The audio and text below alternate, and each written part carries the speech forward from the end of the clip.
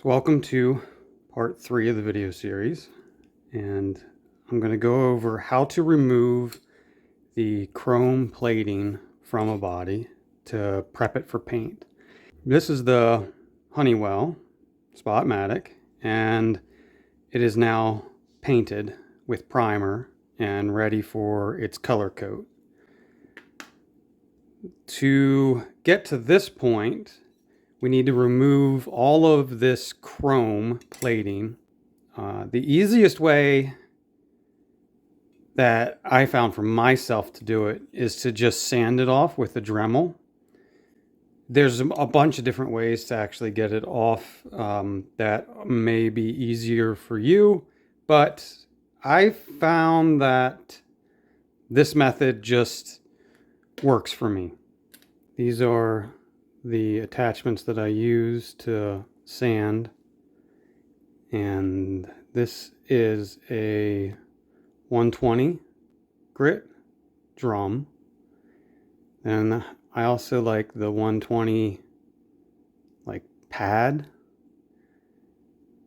This is 180, and then 320, and finally 400.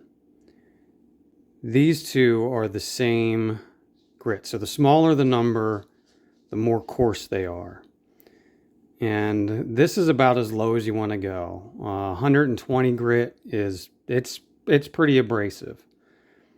The 400, it works well. It's just it takes a bit of elbow grease to get through. It ends up with a much cleaner result, than using the other ones and slowly working down to this.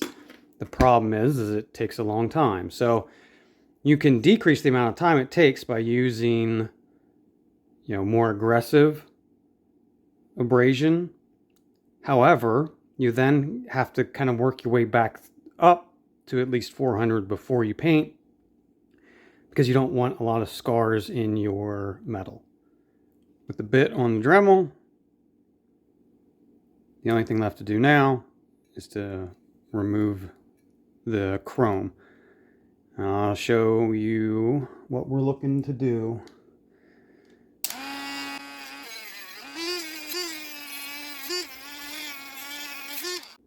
See that? Nice bare metal underneath there. So you do that to the entire piece.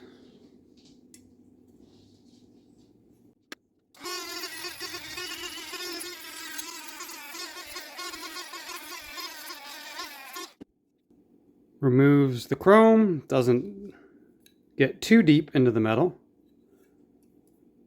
but gives you a paintable surface. And then you just have to do that to the entire thing. And once you get down to there, you have a nice ready to paint surface. Okay. I have found that this seam self-etching primer is hands down the best primer to use. It is black, which can be a little problematic when you're dealing with lighter colors, but as far as adhesion goes and acceptance of any kind of other paints, this has been the best that I've found. Things to keep in mind: you are going to want to mask off certain surfaces. So for this lens plate, I like to mask off everything on the self-timer side and then everything on the flash sync side. I also mask off the lens attachment point and make sure that the back side is also covered, so there's no kind of overspray that's going to get into any of this and mess it up for you. After that, the other prep I like to do is to tape out the battery compartment, and this is Spotmatic dependent. You could leave the cap on and just go over top of it. I like the battery caps to look a little different. For the top plate, I tape this off, and that's the only thing that gets taped off. On this one, attempted to go back in and add a little more depth to all of this text to make it easier to fill with paint.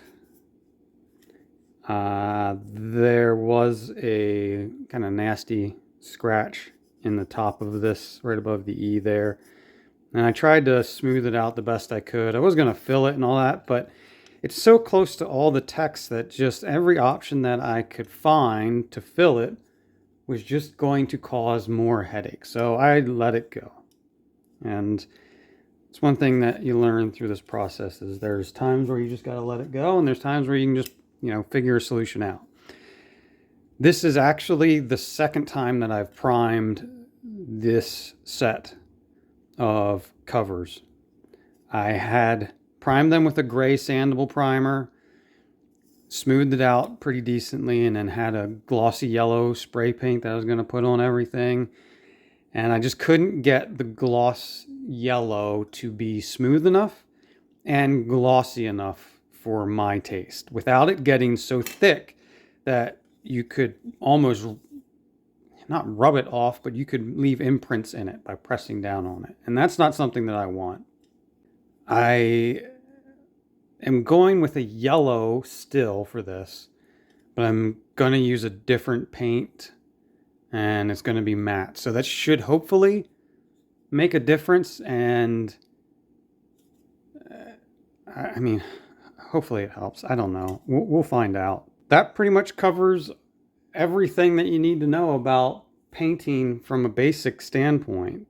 You can get more in depth with it. And the problem there is it kind of gets in over my head. I'm not exactly an expert, and I'm not even remotely an expert in this field. This is just what I have done and what has led to success for me. Hopefully you can get the same results that I get.